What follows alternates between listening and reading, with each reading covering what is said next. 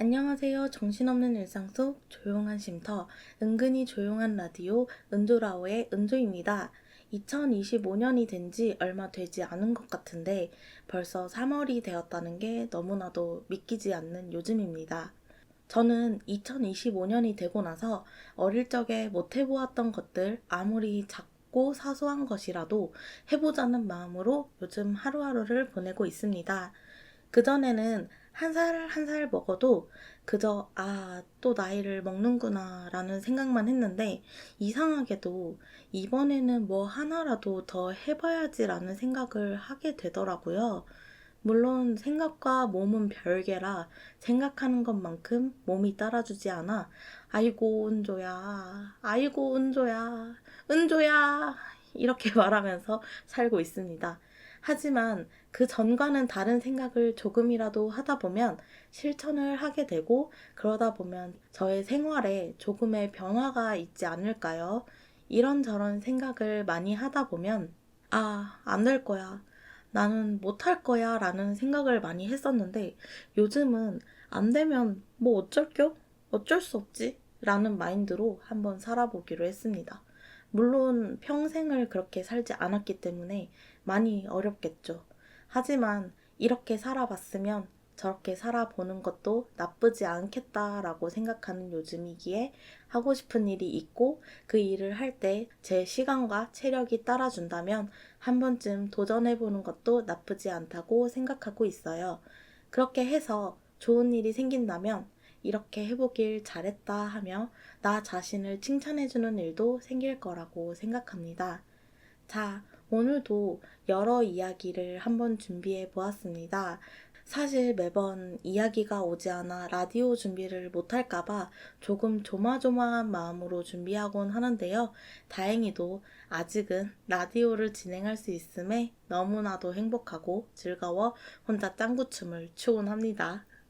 하나하나의 이야기가 소중한 은근히 조용한 라디오 은도라오. 지금부터 시작하겠습니다. 안녕하세요. 그동안 방송만 보다가 얼마 전에 생긴 어이없는 사건이 왠지 은조님 라디오에 소개되면 좋을 것 같아 이렇게 보내봅니다. 이렇게 장문의 글을 써본 적은 과제할 때밖에 없는 것 같은데 뭔가 낯설고 부끄럽기도 하네요. 저는 대학을 졸업하고 취준생입니다. 학교 다니면서 나름 이런저런 자격증을 많이 땄다고 생각했는데 막상 졸업하고 취업을 하려고 하니 그동안 딴 자격증들도 물론 필요하지만 요즘 취업이 워낙 힘들다 보니 다른 자격증도 준비하면서 저의 미래를 계획하고 있습니다. 그러다 보니 주변 친구들과도 잘 만나지 못하는 편이에요. 몇 달 정도 집과 스터디 카페만 왔다 갔다 하면서 공부하고 자료 찾고 그게 제 일상의 전부였습니다. 그러다가 오랜만에 친구를 만나게 되었고 우연히 아는 언니를 만나게 되면서 한 사건이 일어나게 됩니다. 처음에 말했듯이 저는 거의 집과 스터디 카페만 왔다 갔다 하며 정신없는 일상을 보내느라 친구들과의 연락도 뜨문뜨문 하고 있는 나날들을 보내고 있었습니다.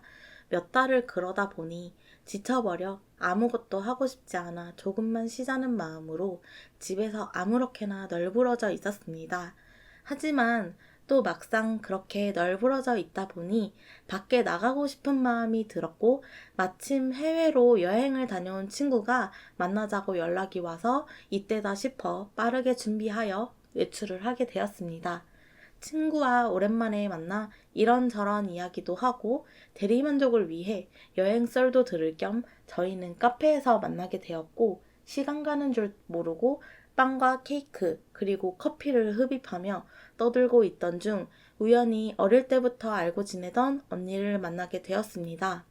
친구가 낯을 많이 가리기도 했고 저도 이런저런 이유로 좀 피하던 언니라 같이 합석하자고 할까봐 조마조마했는데 다행히 그 언니도 일행이 있어 아주 다행이었죠. 그 언니는 저희와 좀 떨어진 자리에서 본인의 일행과 수다를 떨었고 저는 친구와 이야기를 열심히 하다가 친구가 화장실을 다녀왔습니다. 다녀와서 핸드크림을 바르는데 향이 너무 좋아서 이거 뭐야? 하며 물어보니 친구가 해외 갔다가 향에 홀려 사왔다며 향 좋다고 저에게도 추천하더라고요. 핸드크림을 엄청 큰 것도 샀다며 안 무겁냐고 막 놀렸는데 향에 홀려서 사고 보니 대용량이었다고, 이래서 쇼핑할 땐 정신 바짝 차려야 한다며 진지하게 말하더라고요.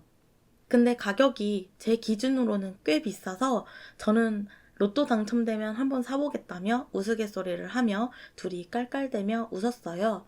그러다 친구는 케이크를 더 주문하겠다며 일어났고 저는 그럼 화장실을 다녀오겠다며 함께 일어났는데, 친구가 핸드크림 한번 발라보라며 제 손에 쥐어주고 카운터로 갔습니다. 제가 브랜드 같은 건 잘 모르지만 그래도 가격을 들은지라 테이블에 놓고 가진 못하겠고 그냥 화장실에서 손 씻고 바로 발라봐야지 하며 가벼운 마음으로 핸드크림을 챙겨 화장실로 향했습니다. 그래서는 안 되는 거였습니다. 볼일을 보고 손을 씻고 핸드크림을 바르고 있는데 갑자기 아까 아는 척을 했던 언니가 다가와서 너무 오랜만이라며 아까는 본인도 일행이 있고 저도 일행이 있어서 말을 길게 못했다며 막 팔짱을 끼고 친한 척을 하는 겁니다. 저는 아까도 말했지만 이런저런 이유로 이 언니를 피하고 있었기 때문에 이 언니의 이러한 친근함의 애정 표현들이 마냥 달갑지는 않아 팔을 빼며 응, 반갑다 하고 말았는데 그 언니가 전화가 왔다며 먼저 호다닥 나가더라고요. 뭐야 라며 중얼거리고 저는 핸드크림을 챙겨 화장실을 나서려는 순간 저는 다리에 힘이 풀려 주저앉을 뻔했습니다. 왜냐하면 로또나 당첨되면 한번 구매해보겠다고 우스갯소리로 말한 핸드크림이 사라졌기 때문이었습니다. 아, 스발년. 취준생활을 하며 안 그래도 욕할 일이 많은데 나는 우아하고 고급진 사람이 되겠다며 끊었던 욕이 절로 나왔습니다. 왜냐하면 이건 제가 어딘가 떨어뜨리거나 갑자기 증발한 것이 아닌 그 언니년이 가져간 것이 틀림없기 때문입니다. 제가 오랜 세월 알고 지냈던 그 언니를 피해 다니던 것도 이런 이유였습니다.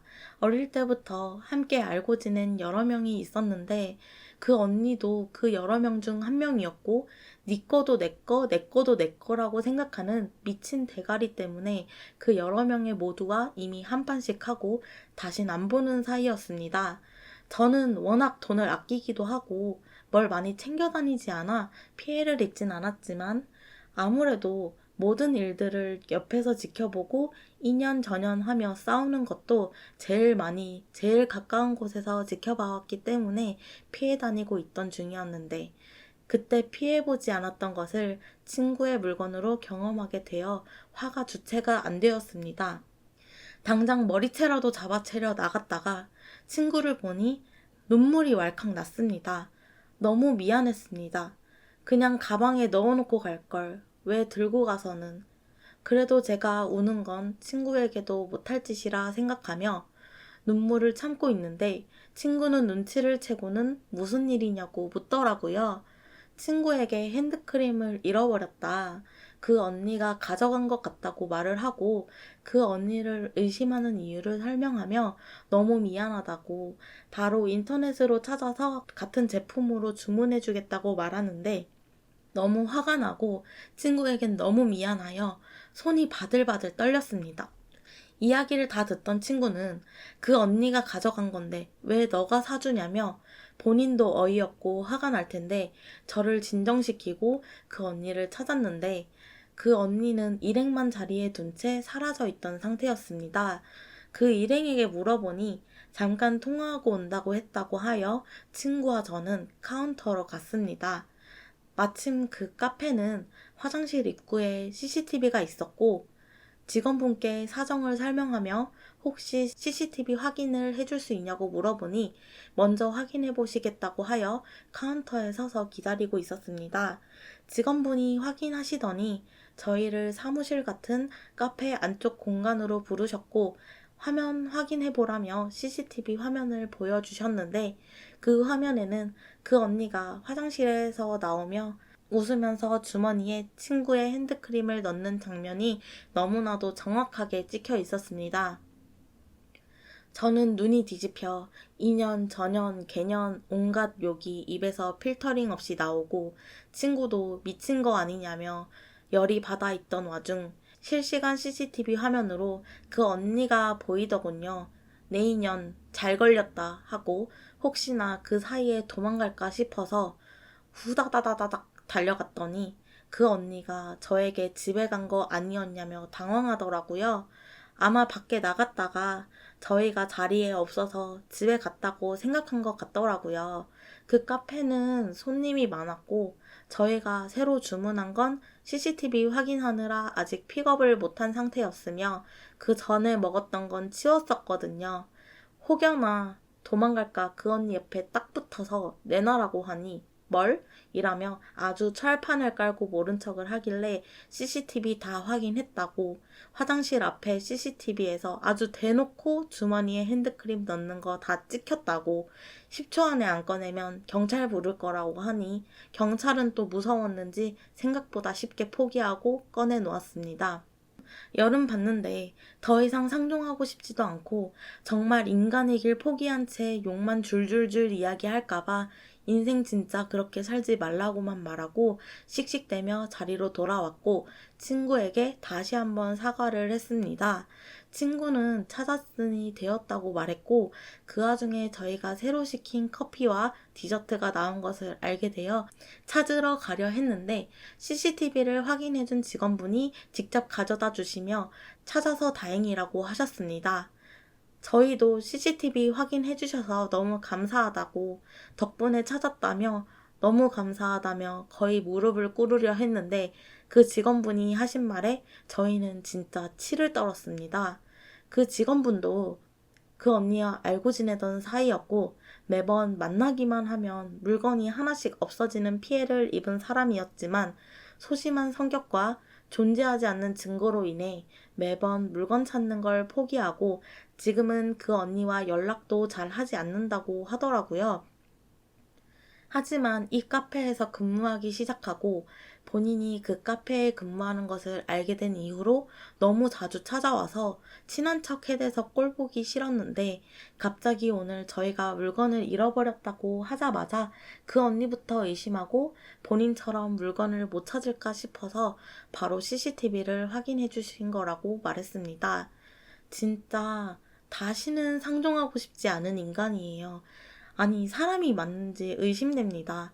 그 언니와는 완전 순절했고, 주변의 다른 지인들에게도 말해주니, 아직도 그 버릇 못 고쳤냐며, 답도 없다고, 앞으로 만나지도 말고, 우연히 만나도 사람 취급해주지 말라고 하더라고요. 그렇게 저의 이야기는 끝이 났습니다. 쓰다 보니 생각보다 너무 길어졌네요. 과제도 이렇게 열심히는 안 했던 것 같은데, 이걸 읽어주실 은조님 화이팅 하세요. 앞으로 방송도 자주 해주세요. 감사합니다. 네, 첫 번째 이야기 잘 읽어보고 왔습니다. 도벽 있는 아는 언니 이야기. 라디오를 준비하면서도, 그리고 방금 이 이야기를 읽으면서도 참 중간중간 여기 있는 부분을 어떻게 읽어야 할까, 어떻게 읽어야 표현이 잘 될까라는 고민을 했는데 그냥 적어주신 대로 읽는 게 제일 나을 것 같아서 그냥 읽었습니다. 이거는 어떻게 다른 말로 표현이 안 돼서 적지 않았을까라는 마음으로 그냥 읽었습니다. 네, 저희 은조라오는 보내주신 사연을 최대한 잘 표현해보고자 그대로 읽기 때문에 욕도 올라갑니다. 네, 그런 점 조금 양해 부탁드리고요. 욕은 안 좋다는 걸 너무나도 잘 알지만 살아가면서 나도 모르게 욕이 나오는 일은 많잖아요. 그때는 조금의 표현도 저는 나쁘지 않다고 생각합니다. 왜냐면 참으면 병나요. 네. 그렇다고 너무 일상화되어 있으면 그건 나름 좀 그럴 수는 있지만 뭐 사람의 표현 방식이니 너무 지나치지만 않다면 어느 정도는 표현하고 살아야 하지 않겠냐는 게 저만의 생각입니다. 저는 이 이야기를 읽으며 들었던 생각이 사람 많은 곳, 그리고 CCTV가 있는 곳에서 참 대단하다. 정말 저건 생각이란 걸 안 하고 사는 것이 아닌가. 철저히 본인의 욕구대로만 움직이고 다른 그 이외의 것은 생각을 못하는 사람이구나라는 생각을 했어요.